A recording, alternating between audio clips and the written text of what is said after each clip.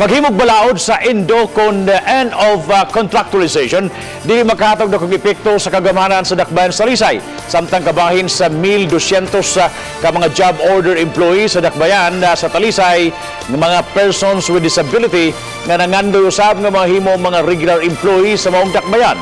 Ano yung report?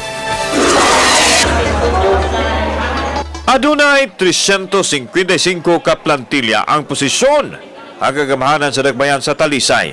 341 lang niini ang adunay permanente nga mga kawani. Apan ipasabot ni Emily Cabrera, ang hepe sa Human Resources Management Office sa Dakbayan sa Talisay, ang 355 gyud ka mga plantilya position ang ilang gahinan matag tuig. For sure, maundang po ang ilang employment, so murag dili na siya part sa kuan ka ng end of contract.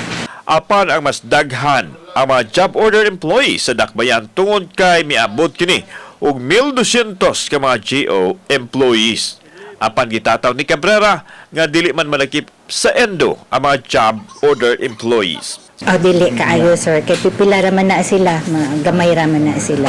Samtang usa sa GO employees si Irene Abakita nga nadistino sa City Social Welfare Services. Kanang JO contract ra monthly ba? O nya naghatag among mayor, si vice, naghatag nga rotation para sa mga PWD presidents. Nasayod si Abakita nga dili lakip sa ENDO ang mga GO employee. Apan nanghinaot silang mga PWD nga ipatuman na ang Magna Carta for PWD nga nagmando nga 1% sa workforce sa usa ka local government unit PWD. Nako nakita nga mga regular sa uban ng kami mga JO rami.